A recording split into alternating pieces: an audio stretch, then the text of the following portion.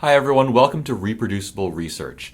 This class is the fifth class in the data science specialization, and it covers a very special topic that I think doesn't get talked about a lot in typical statistical or data analysis types of courses. So even though the word reproducible research has the word research in it, it applies to many different areas, not just to kind of people who are doing research per se.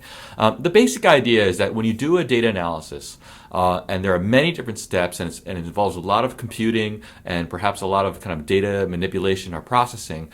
It's important that when you communicate what you've done, that you communicate it in a way that someone else could actually reconstruct what you've done, so that it's reproducible by someone else.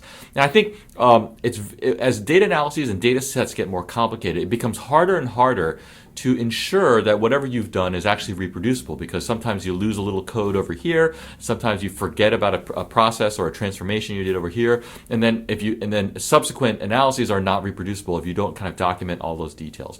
So what we're going to talk about in this course are kind of some basic tools that you can use to help make your analyses and your work in general reproducible. And I'll talk about things like knitr, and we'll talk about how we can do this in RStudio, and we'll talk about some basic principles for kind of that you can follow to make sure that your work is as reproducible as possible.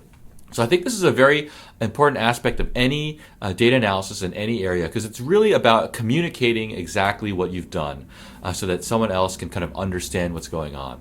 At the last part of the course, we'll talk about some case studies of kind of where reproducibility either went right or went horribly wrong. And I think these case studies are highly instructive and to kind of give you a sense of what what is and is not possible.